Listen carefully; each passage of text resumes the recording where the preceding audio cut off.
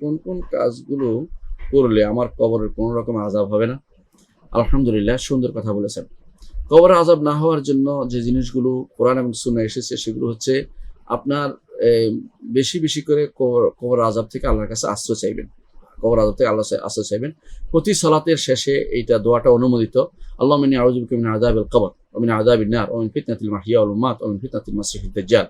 এগুলোকে কোনো ইমাম, বিশেষ করে শেখ মুহাম্মদ নাসিরউদ্দিন আলবানী রাহিমাহুল্লাহ, তিনি এটাকে এমনকি ওয়াজিব পর্যন্ত বলেছেন।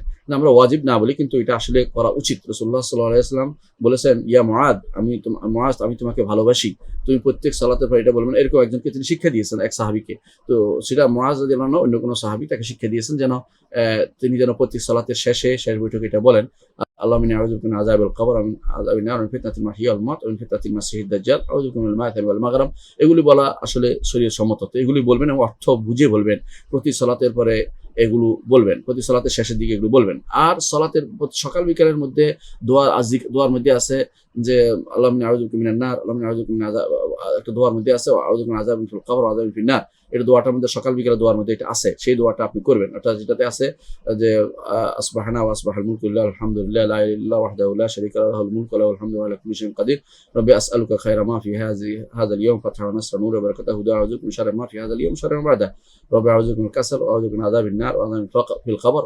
এই দোয়াটা পড়বেন। এখানে এই দোয়াটা পড়বেন আপনি। আর বিকালেও সেটা আমসাইনা ওয়া আমসাল মুলকু লিল্লাহি এভাবে পড়বেন। অর্থাৎ যেখানে আসবাহা আছে এখানে আমসা পড়বেন। এটা পড়লে ইনশাআল্লাহ কবর আযাব থেকে বাঁচার একটা বিরাট মাধ্যম হিসেবে আপনি পাবেন। আরেকটি হচ্ছে শিরিক করবেন না। আরেকটি হচ্ছে আপনি নিজেকে পবিত্র রাখবেন। অর্থাৎ কবরের আযাব হয় যে সমস্ত কারণে এগুলি থেকে দূরে থাকবেন। সেগুলোর মধ্যে একটি হচ্ছে অপবিত্র থাকা। অর্থাৎ সালাত অপবিত্র অবস্থায় পড়া বা নিজেকে অপবিত্র অবস্থায় রাখা, এটা করবেন না। পবিত্র অবস্থায় রাখবেন। আর গীবত করবেন না, নামিমা করবেন না। অর্থাৎ কারো গীবত গাইবেন না, কারো ছগলখুরি করবেন না, কারো গীবত গাইবেন না, কারো ছগলখুরি। ইনশাআল্লাহ এগুলি করতে পারলে কবর আযাব থেকে আপনি মুক্তি পেয়ে যাবেন। আল্লাহ আমাদেরকে কবর আযাব থেকে মুক্তি দিন এবং আপনাদের সবাইকে কবর আযাবের কঠিন শাস্তি থেকে আমাদেরকে হেফাজত করুন। আমিন।